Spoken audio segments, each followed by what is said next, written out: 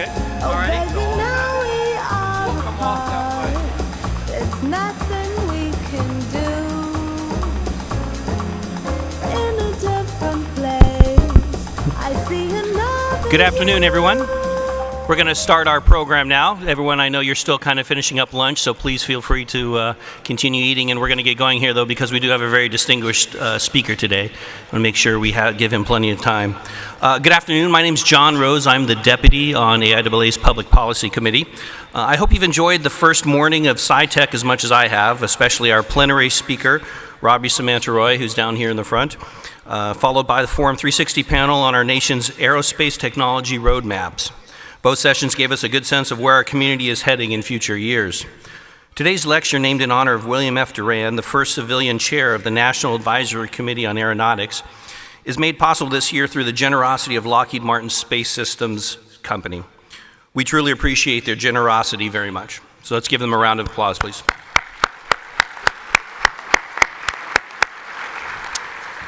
The AIAA Board of Directors created this lecture in 1983 to recognize notable achievements by a scientific or technical leader whose contributions have led directly to the understanding and application of the science and technology of aeronautics and astronautics for the betterment of mankind. When you hear the name AIAA, you probably think science, engineering, and technology, but we are much more than that. We do publishing, education, and advocacy, and it is that last item that we are celebrating this afternoon. And now to introduce today's lecturer is a person who knows the role of our community and advocacy quite well. Please welcome George Molnar, past AIAA president, retired president of Advanced Systems at the Boeing Company, and former principal deputy office of the Assistant Secretary of the Air Force for Acquisition. George?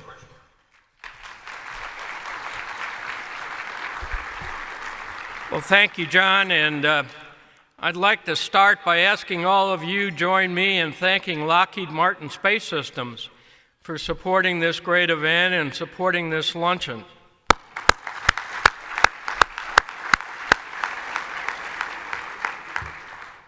Well, it's now my distinct honor to introduce our speaker for today.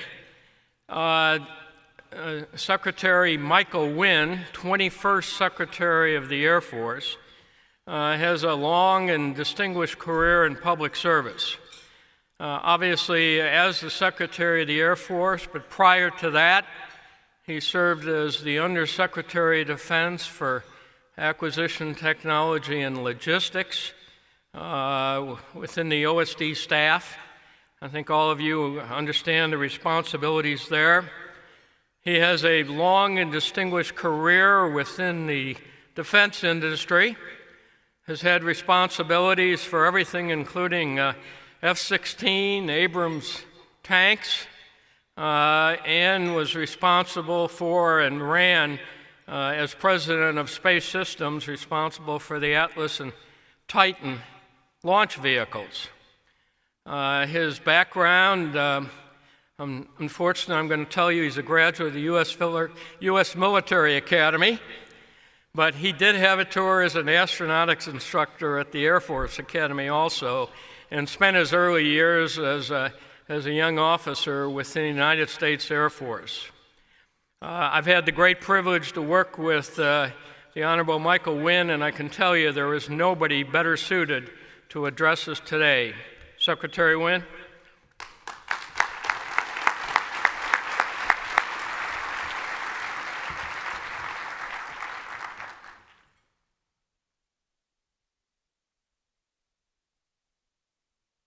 Thanks, John. Thank you. Good to see you.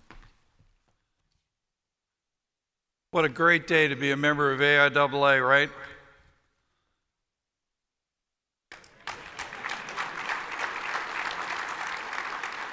You know, every time you get an opportunity to partner and to mingle here at one of these symposia, you learn something. And it's not something that you expected to learn. It's something that you just bump into, and it sticks with you.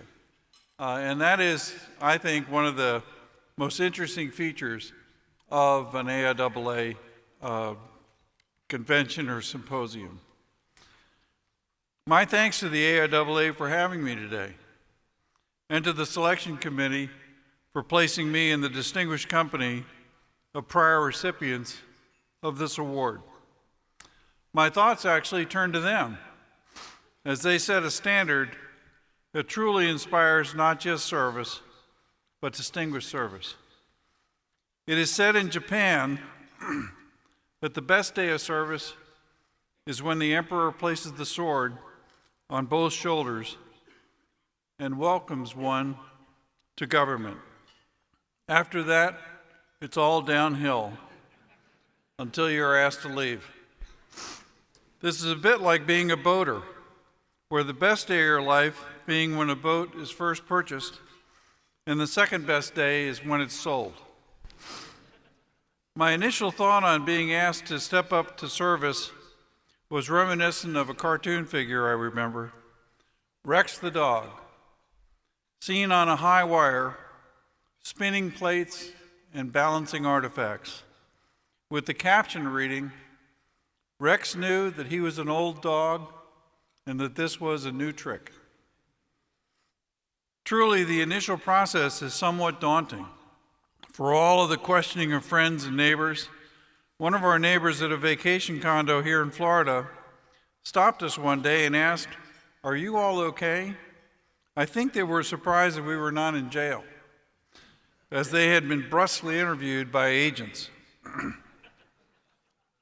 Then once the process had wound down and C-SPAN had duly recorded my interview in front of the Senate Armed Services Committee, watched, I'm sure, by tens across America, I received from the Brookings Institute a congratulatory T-shirt with a locked door suddenly opening and the candidate jumping through into the starry, unknown atmosphere on the other side. Though I was proud to have led great organizations in industry and had prior service, this was to be unique and different. Don Rumsfeld was a great mentor, as this was his second round as Secretary of Defense, and he had put out some rules to live by as a public servant. Though he once described us all as representatives of the American taxpayer, that thin veneer placed in charge by the civilians of an ongoing industrial, military, and civilian enterprise. He also added two others. The first, don't let your ego get in front of your nameplate, which is applicable in both industry and in government. And the second, that the taxpayers have loaned you your office, and someday they will want it back. And he suggested that we give it to them promptly. For all of that, I found both the career civil servants and all of the ranks of the military very responsive to ideas and slight course changes as they were proposed to them. They are very deserving of our praise and respect. What I'd like to do today is to share with you a little of my own philosophy and journey that marked my opportunity to serve in big government, and illustrate for you the concept and content of making an impact on the larger society while fully involved in the time-consuming treadmill that marks big government. There are always expectations that many have for achievement when you get involved in high office. In fact, I created a concept called the elf in the bush, which as your role concludes and you are walking down the river entrance, it jumps from the bush and inoculates you with vision. This vision allows you to now go on the speaking circuit full of wisdom, advising your successor what they should be accomplishing while they're in office. The harder part is actually pulling off any part of the vision while you are actually in office. This also recalls the story of the individual in the alligator swamp, who was reminded while fighting off the alligators that his mission is and was to drain the swamp, not to wrestle alligators. Recognizing this syndrome after some time in office, I decided I would write down a set of accomplishments that were to be read at my departure ceremony for my initial incarnation in the acquisition organization. I offered these to my staff with the thought that to set a goal and achieve it was praiseworthy, while to not set a goal and then record it with 20/20 hindsight was less so. Two of these at the time were as follows. The first, to restore systems engineering to development. Second, to have passed a National Defense Education Act similar to the NDEA in 1958 to expand the talent pool for American engineers and science. These two alone were daunting and required enormous effort with lots of university presidents, support from my undersecretary, support from the OSD staff, and the DDR&E at the time was Ron Sega, by the way, and he helped because he organized the university presidents and outside science talent to weigh in. As well as we had to get some resources out of that skinflint Rumsfeld and getting these all ratified by the various armed services panel. I found out it can be done. Each has made a tremendous impact. Within the buying commands that the input of the systems engineers is now welcome and is involved in all major reviews. The National Defense Act was passed in 2008 with Senator Ted Kennedy's support, becoming the top-level science, technology, engineering, and mathematics award, and has funded quality graduate education programs all across America. There are many other goals that frankly required actions by successors to both carry forward and decide to become champions of them. I offer these two as indicators of what can be done, while the F-35 and the V-22 were actively managed and the base realignment and closure process took national political attention. The call to do public service can involve more than the job assigned and should be seen as an opportunity to help the future. Setting out the goals early and often lets others lend their support and focuses the organization on how they can assist and then celebrate success with you even at their busiest times. Because my journey for the first half of service relied on both an engineering and management path, I wanted to stop here and acknowledge that the AIAA has been my supporter since they published my first joint paper on multiple reentry vehicles, which anchored my master's degree in 1970, and then a joint paper on the AC-130 gunship program titled Sightline Autopilot, a new concept in air weapons, in 1973. I would encourage any in this audience not to shy from publishing, as the experience gained from being able to present these to an audience of peers underpinned my sustained interest in research and engineering well after I entered the world of management. But it really helped in the next phase of service. I mentioned big government early because my Air Force service as a junior officer allowed me to experience much to be proud of and had its own impact, such as firing up young minds as they began their service in air and space, or participating in a small enough program office that I was able to see from R&D all the way through to logistics. But as I was honored to transition from the acquisition organization into the Secretary of the Air Force, I recall the adage that there are only two levels of strategic thought in the military: second lieutenants and four-star generals, as everyone else in between was way too busy to actually think strategically. While I taught, my ability to think about strategy was expanded, but truly being asked to lead the organization was well beyond my expectations. This time I was ready for a delay in the process, as the agents again fanned out across America to closely examine my background. Now, some would think that having been the head of acquisition in the DoD, it might be foreshortened, but no. This was my third time in this process, and I actually got to know the set of investigators relatively well. I mean, over the 5 years, I saw one to put his child through college. But I had a second opportunity to look forward, to ask what I wanted to accomplish, beyond assisting the commanders in winning the fight, an immediate and compelling activity, of course. I wrote the first of 31 letters to airmen, one for each month I was allowed to lead this finest Air Force in the world. In the first letter, I mentioned a revised mission, goals, and objectives. I reviewed this with my partner, General Buzz Mosley, who is a true warrior and leader in his own right, and gratefully was my chief of staff and very helpful to me.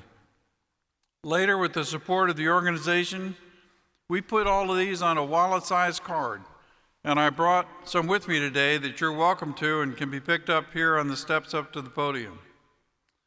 Of these, there again are two with the greatest impact external to the Air Force. The first, putting cyber into the mission of the Air Force. This was a game changer, opening up to American ingenuity the problems of intrusion in the cyber domain. Both Buzz Mosley and I knew that this was a controversial move, because once the bell was rung, it could not be unrung. This was a gathering storm trumpeted by the National Security Council, and yet the greater population was not fully aware. Once in the mission of a service, America really turned on the research and development, and the response has been very gratifying. Clearly, this problem of intrusion is still challenging, and I still look forward to a clever engineering solution that essentially doesn't raise the bar, but shuts the door. The second one was a goal to prepare for and engage in the joint fight. Little did I know that the fight was not only the enemy, but we had to deal with natural disasters. We had to deal with humanitarian search and rescue. So I want to dwell a little bit on a system called Rover, which was developed to allow connection with an aircraft to the ground commander, and it did. This became a new American way of war, precision with spherical situation awareness.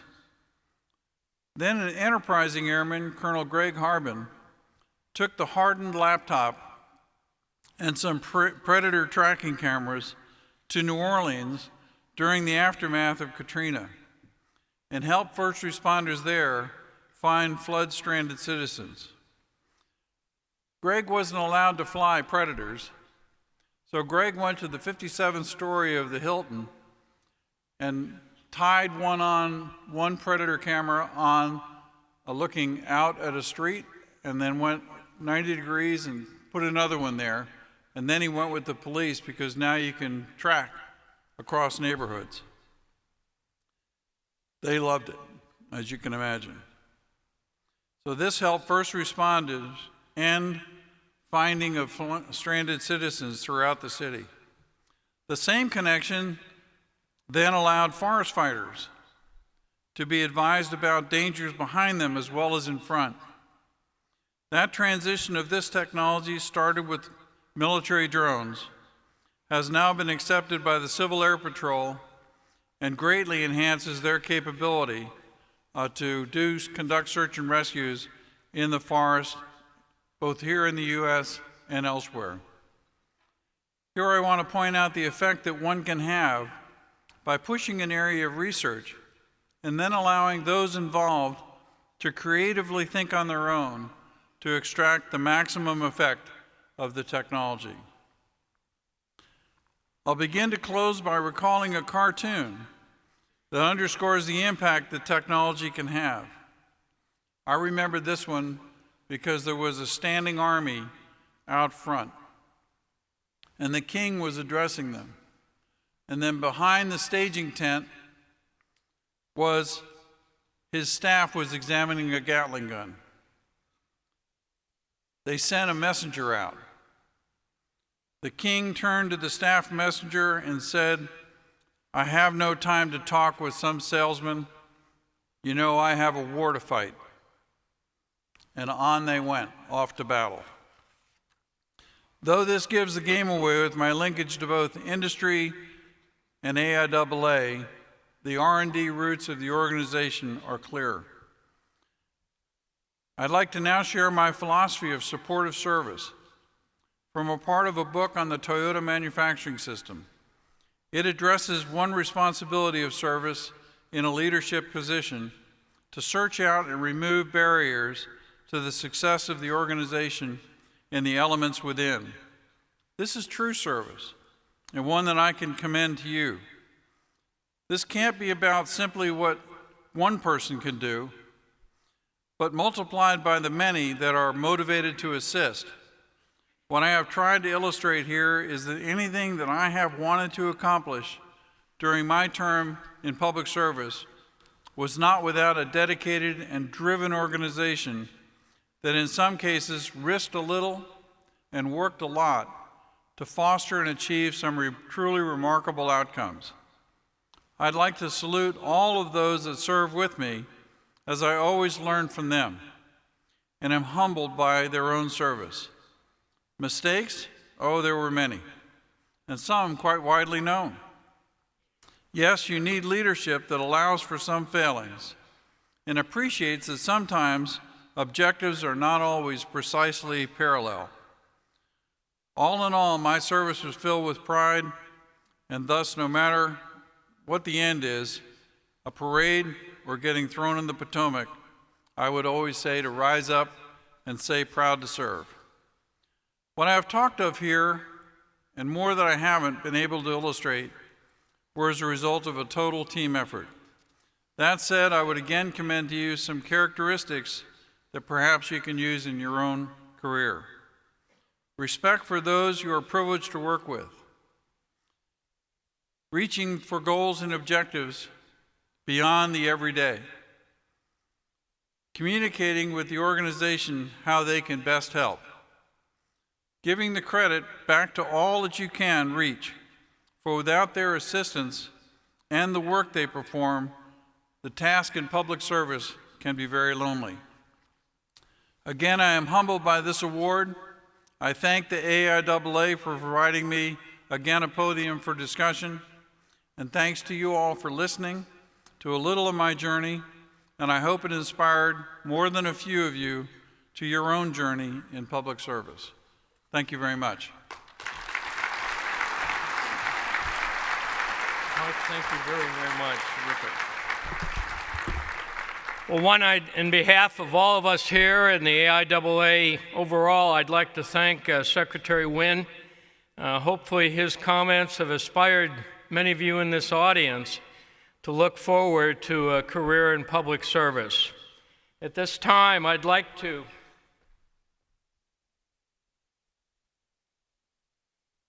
present you with, we're going to have to duck for this. One of us isn't as tall as the other.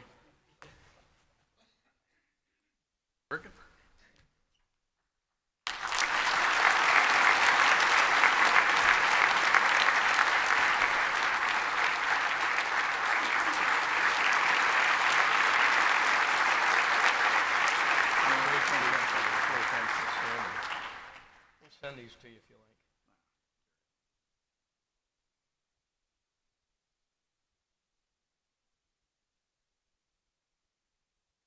Well, folks, that concludes our luncheon.